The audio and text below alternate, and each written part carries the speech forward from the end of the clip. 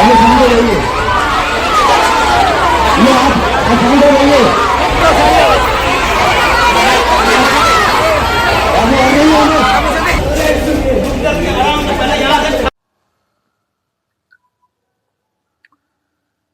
नाज़रीन, अस्सलामु अलैकुम वरहमतुल्लाहि वबरकातुहू।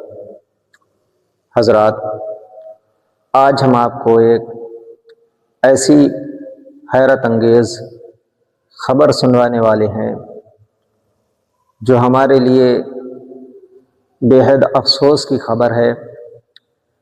हज़रात, अब हमारे यहाँ मामला ये हो चुका है कि हमारे यहाँ जो मसाजिदों के अइम्मा इकराम हैं, ना तो वो सेफ़ हैं और ना ही उनके जो परिवार हैं जो उनके साथ अपनी अपनी मस्जिदों में रह रहे हैं, वो भी अब सेफ़ नज़र नहीं आ रहे। हज़रात, एक इमाम से ताल्लुक़ मैं आपको ये ख़बर सुनवा रहा हूँ, उनके साथ ये बड़ा पेचीदा हादसा हुआ है। आप खबर सुने, वीडियो। प्रदेश के बागपत में ट्रिपल मर्डर केस ने सनसनी फैला दी है, जिस पर अब चौंकाने वाला खुलासा हुआ है, जिसे सुनकर आपकी रूह कांप जाएगी।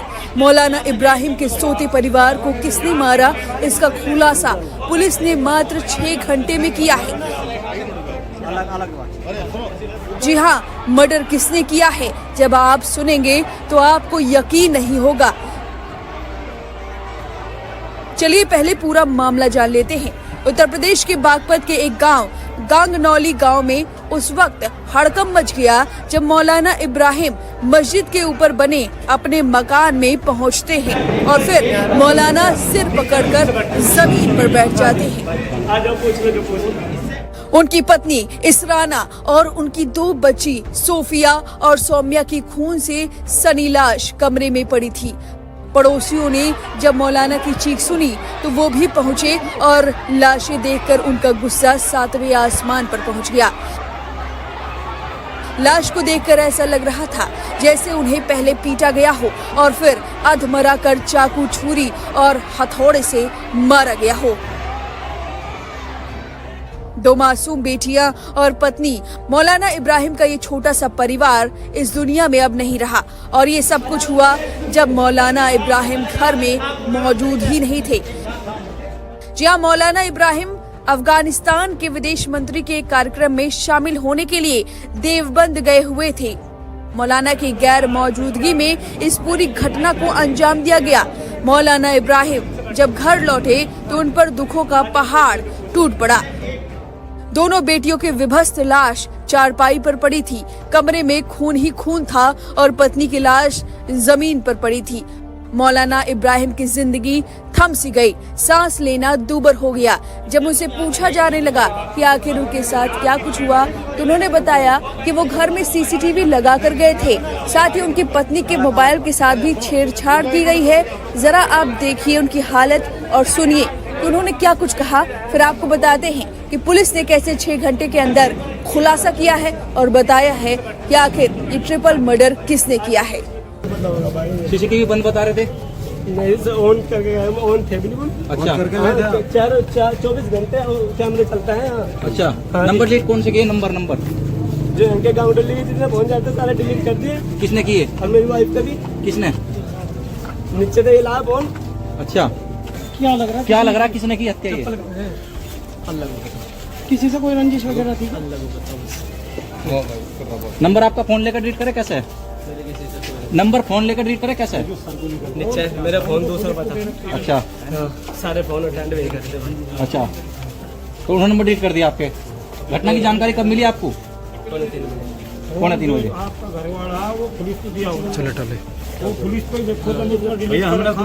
इसके बाद यूपी पुलिस घटनास्थल पर पहुंची और पड़ोसियों का भी दिल भर आया। पुलिस को देखकर भीड़ बढ़ गई और लोगों ने गुस्सा जाहिर किया और यही वजह मानी जा रही है कि पुलिस ने तत्काल एक्शन लिया है और तुरंत जांच की है और 6 घंटे में ये पता चल गया है कि किसने ये दर्दनाक घटना को अंजाम दिया है।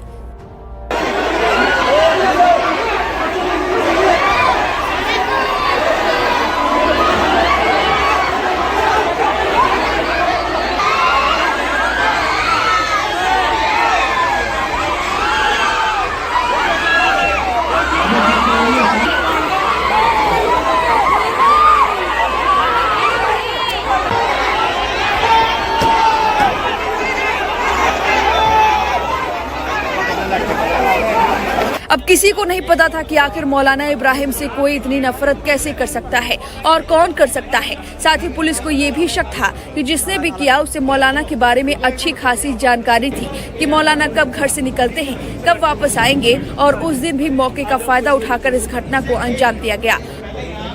और अब जब आप जानेंगे कि किसने इस पूरी घटना को अंजाम दिया है तो आप अपना माथा पकड़ लेंगे, सोचने पर मजबूर हो जाएंगे कि बदले की आग किस हद तक किसी को गिरा सकती है। जी हाँ, ये ट्रिपल मर्डर किसी और ने नहीं बल्कि मौलाना इब्राहिम के ही पढ़ाए छात्रों ने किया है। दरअसल पुलिस सूत्रों से मिली जानकारी के अनुसार मौलाना इब्राहिम ने किसी दिन गुस्से में आकर 2 नाबालिग छात्रों की पिटाई कर दी थी।